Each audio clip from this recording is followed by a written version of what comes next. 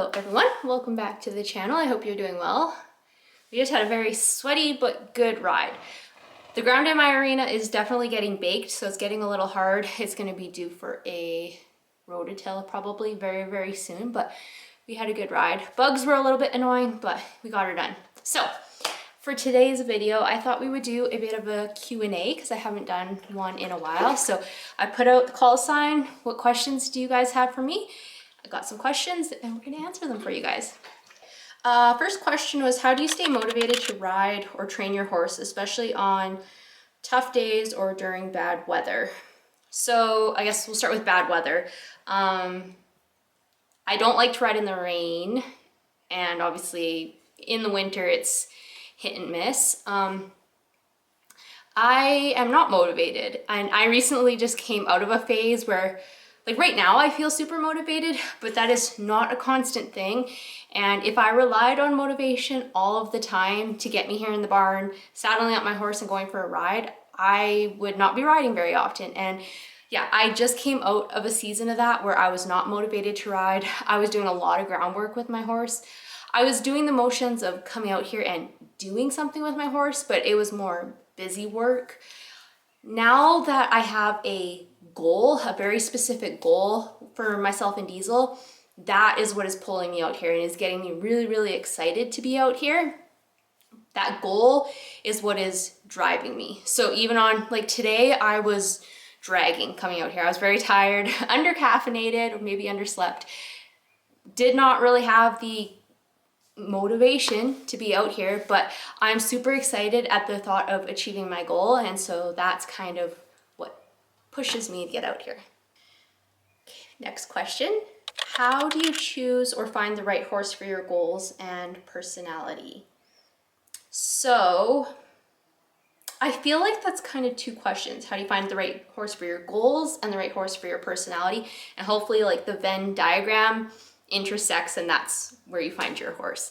I would say if you have a very specific discipline, start there, find a horse. The horse industry right now is very siloed in that if you want a barrel race, you need to go look for a barrel horse. If you want to rein, you need a reining horse. If you want to cut, you need a cutting horse. If you want to rope, you need a roping horse.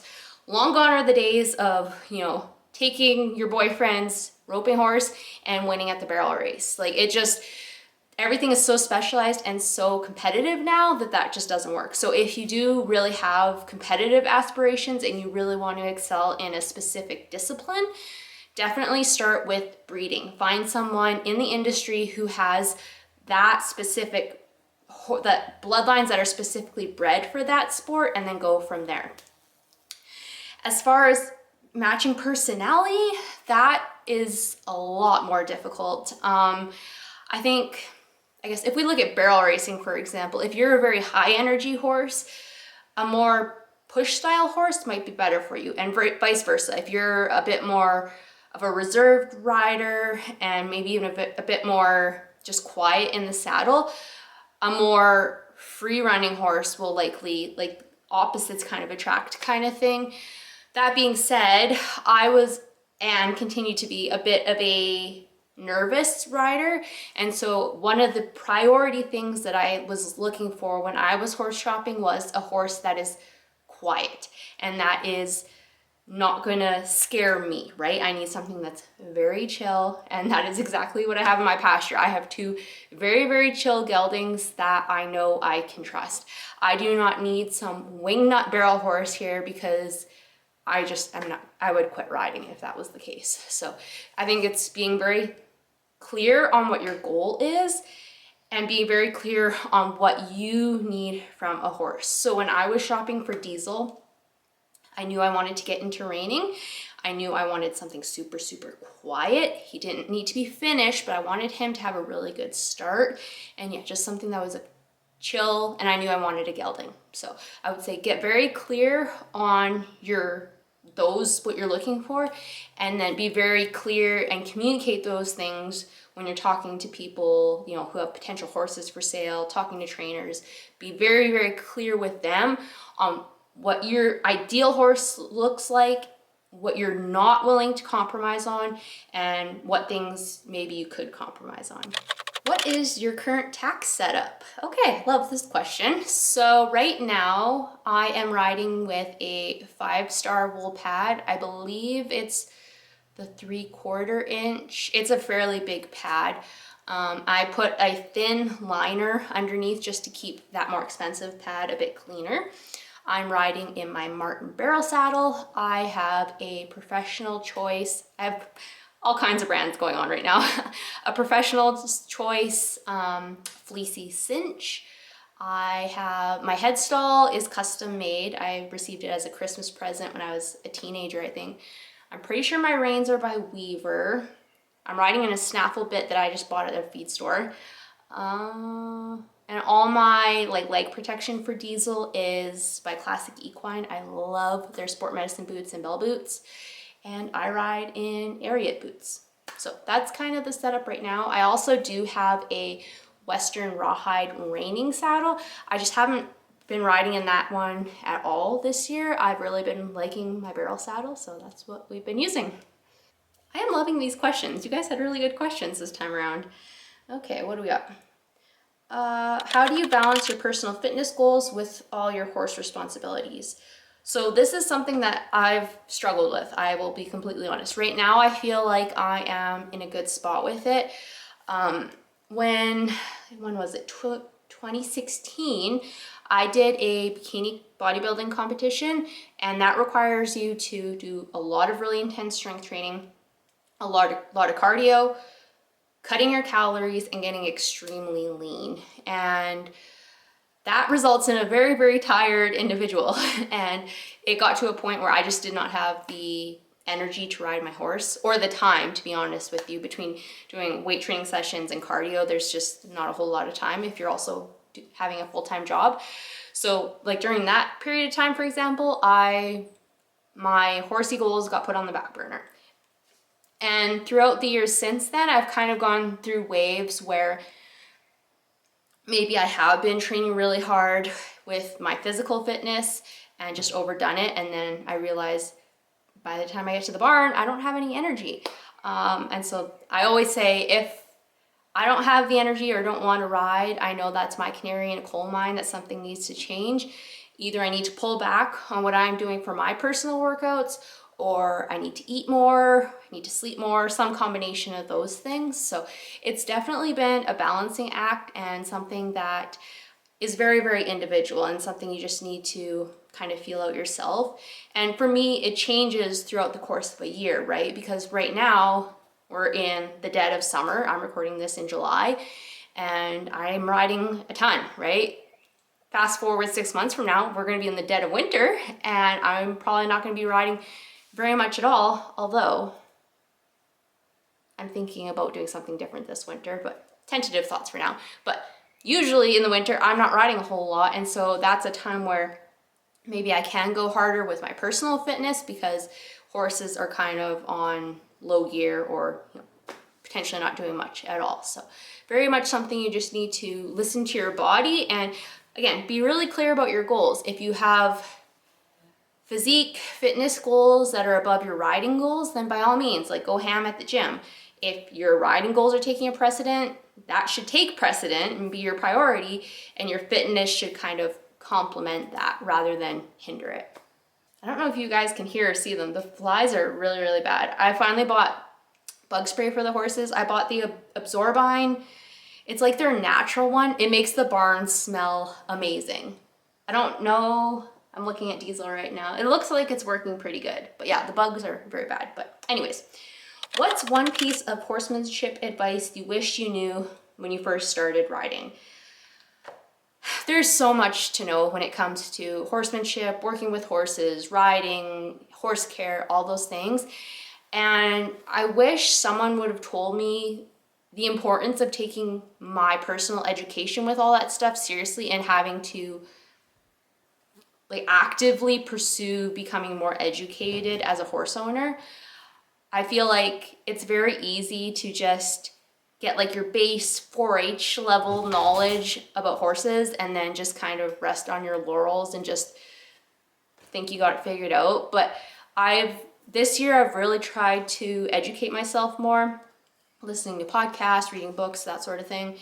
And it's like, there's definitely been a few moments where it's like, I'm like hitting myself in the head. I'm like, I did not know that, and it would have been really helpful if I would have known that a long time ago. For someone like me, I did not grow up in a horse family. I ride alone. Like, I'm pretty much a one-girl show on my own. I don't have an instructor right now. It's all falling on my shoulders to be a knowledgeable horse owner. And yeah, so this year was definitely a goal of just becoming a more educated horse owner, because I think my horses are so good and I want to do good for them, and being educated is a large piece of that. Okay, we're gonna do one more question because I'm getting very parched. I need to go have a drink. I don't know if you guys have noticed or if I mentioned it. I have Invisalign now, and I feel like it just makes my mouth dry, and not like it's like an Invisalign specific kind of dry mouth, and I do not enjoy it. So one more question. What are your goals with Diesel for the rest of this year? So as I mentioned, I was going through a phase where I was not motivated to ride at all. So I am very busy at work until April 30th. May 1st, I get the day off every single year. And then I have the summer where I can ride pretty much every day, pending weather and, various other life things. And from May 1st, I was super excited to ride because I hadn't rode. But then like from May 2nd until June 30th, basically 2 months, exactly 2 months actually, I did not want to be out here much. I did a lot of groundwork with Diesel. Some of that was due to the weather, to be fair, but there was lots of situations where I was doing groundwork instead of when I could be riding. And we got a whole lot of nothing accomplished in those 2 months. And I even had thoughts of like, maybe I should just sell my horses. Like, this is just, I don't know what to do. Maybe I'll just get really good at like doing cool groundwork things with him, and I'll just, Diesel's playing in the water trough. I don't know if you can hear that. Hi, buddy. You did so good today. Anyways, I thought about maybe we'll just get really cool at like doing like really cool groundwork tricks. We'll just forget riding and whatever. A switch. There was literally like someone flipped a switch in my brain.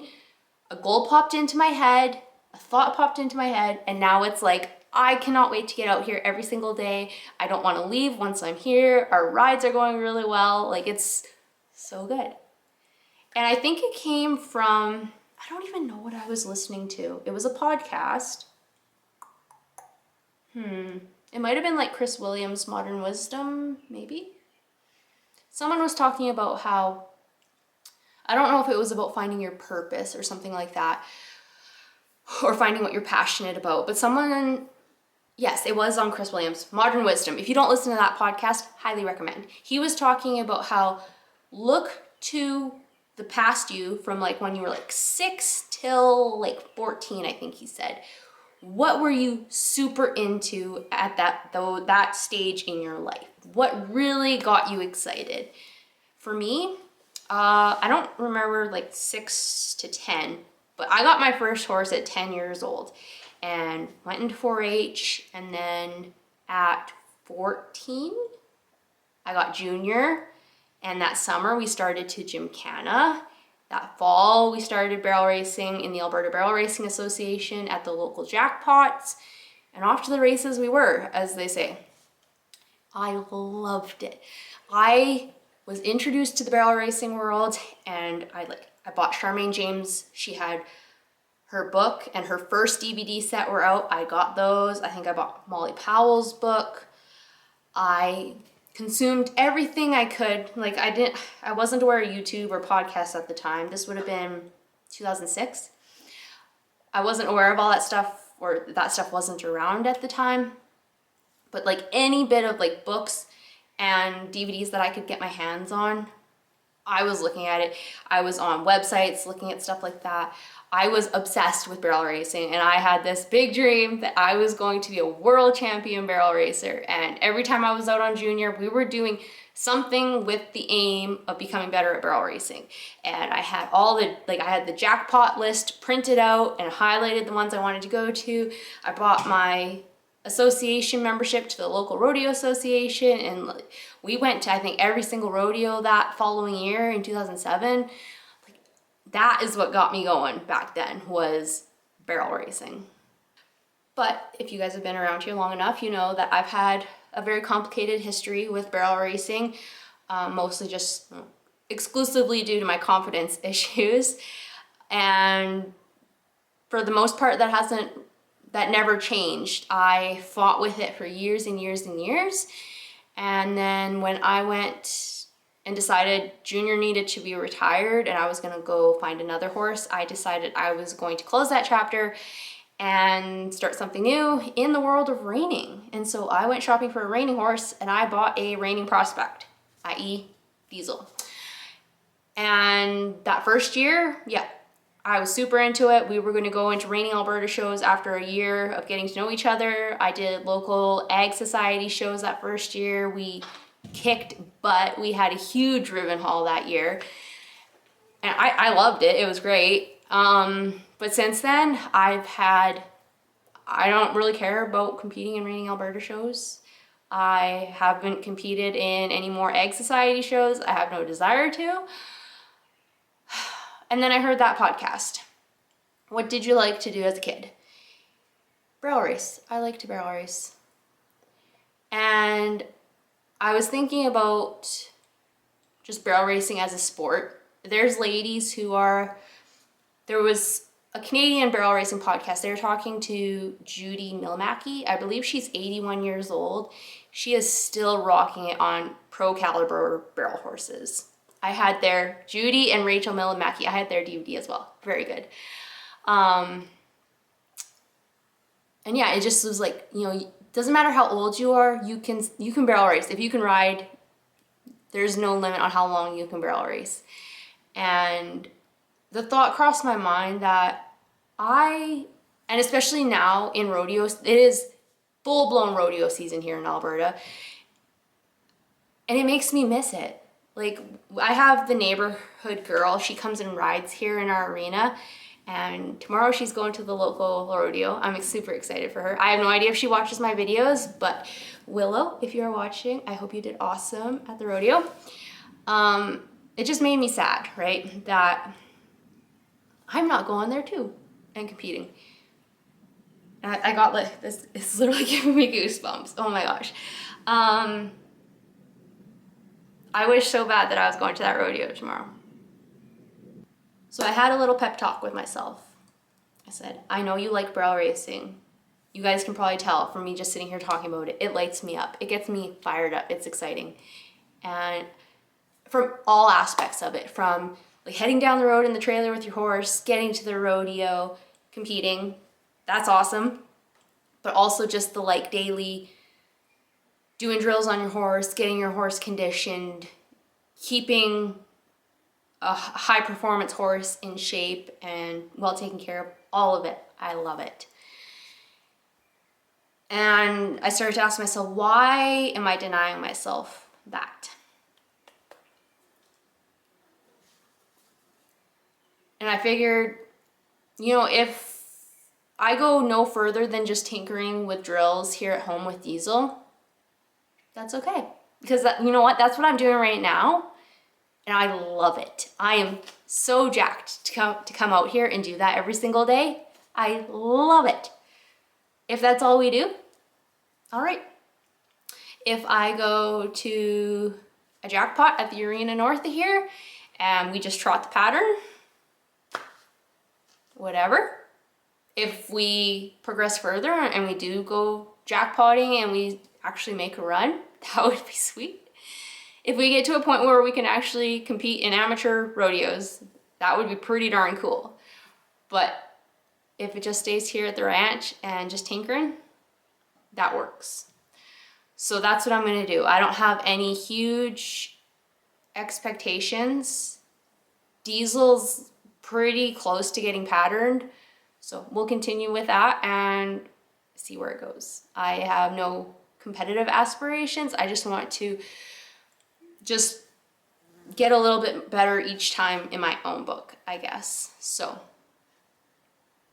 I'm super excited about it. I don't know why I feel like I haven't told my husband, I haven't told my mom, like those are the two people I tell everything to. I haven't told them that I miss barrel racing and that's what I want to do with Diesel now, my reigning horse, but I don't know why I make such a big deal about it, but that is what we're doing. So I have chatted long enough. As I said, my mouth is drying out more by the second here, so I'll have to show you guys Diesel. He's fallen asleep.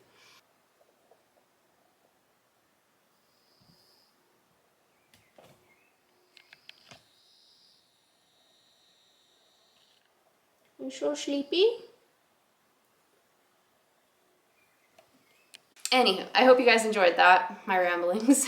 If you have more questions, feel free to drop them in the comments. I will accumulate them for another Q&A in the future. Be sure to follow me everywhere at Strong in the Saddle. And until next time, remember, it's always a good day to ride.